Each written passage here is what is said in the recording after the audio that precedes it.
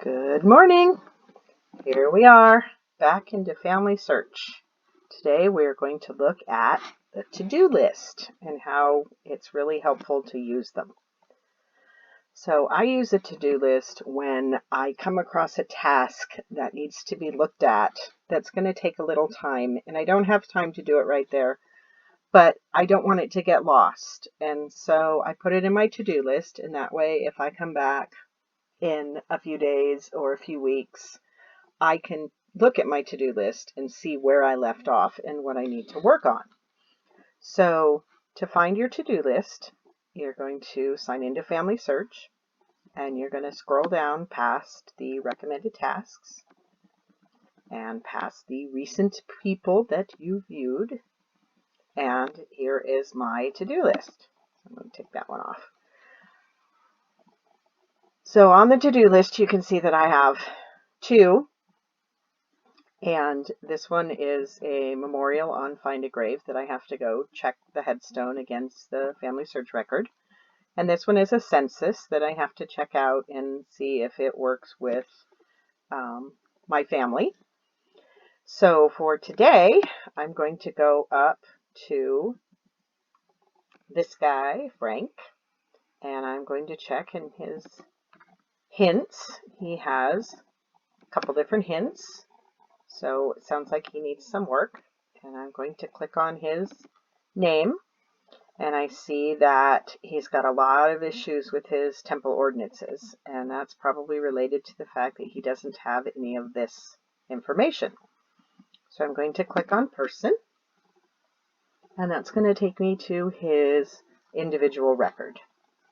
So on his individual record, I can see that there are some sources over here that we can reference. It gives a notice that it is missing a vital event. There's no sources attached.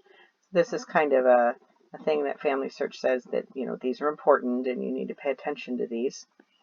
I can see that he doesn't have any birth or death information. When I go down here, I can see that someone over here, latest changes, has added him a wife and changed his father. So his parenting might have been changed. That might have made hints pop up. But that's really all the information that we have so far. So I'm going to add this guy to my to-do list. I come up here, I check his ordinances, and I see that he cannot do any of them because of all that information that's missing. So I'm going to go back to details, and I'm going to verify that this is the guy that I want. Now I'm going to come up here to his record ID number. When I put my mouse on his record ID number, it pops up with his name to make sure that that's who I want. I'm going to click my mouse once, and it's going to ask me if I want to copy the ID, and I do. So I'm going to click on it, and now my ID is copied for Mr. Siemens here. So now I'm going to go back to FamilySearch. So I'm going to click on their logo because I want to go back to my main page. I'm going to scroll down to my to-do list. I'm going to click in the Add an Item, and I'm going to make a note to myself on what this is. And this is Frank Siemens needs vital information from sources for ordinances. And I'm also going to, oops, I guess I spelled ordinances wrong. So at the end, I'm going to put my mouse there. I'm going to right click. I'm going to click paste, and it's going to put his ID right there. So now I'm going to click add. And when I come back in the future, I'm going to look at my to-do list, and I'm going to see Frank Siemens needs vital information from sources for ordinances, and that this is his number. This is going to allow me to say, oh yeah, I have a little time. I'm going to go look at this guy and see if I can get his ordinances together so that he can be recommended for the temple. So now, if I've come back and I need to find him, and he's not on my list here anymore, I can come down here and I can copy his record ID number.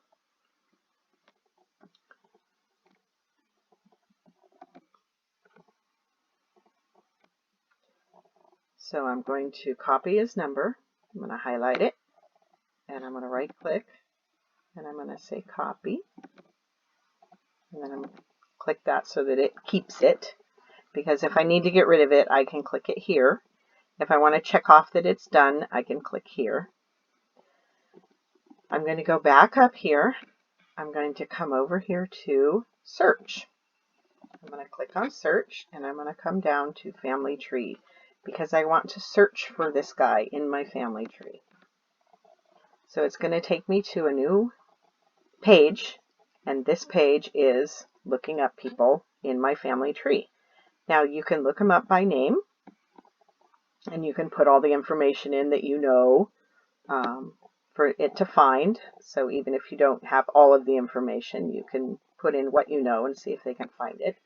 Or we can click Find by ID.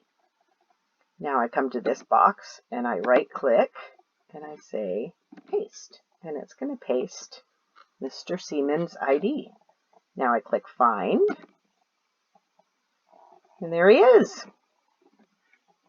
They have found Mr. Seaman's. And so now I can click on him, and there he is. Now I can come down and click on person again, and that'll take me right back to his individual page.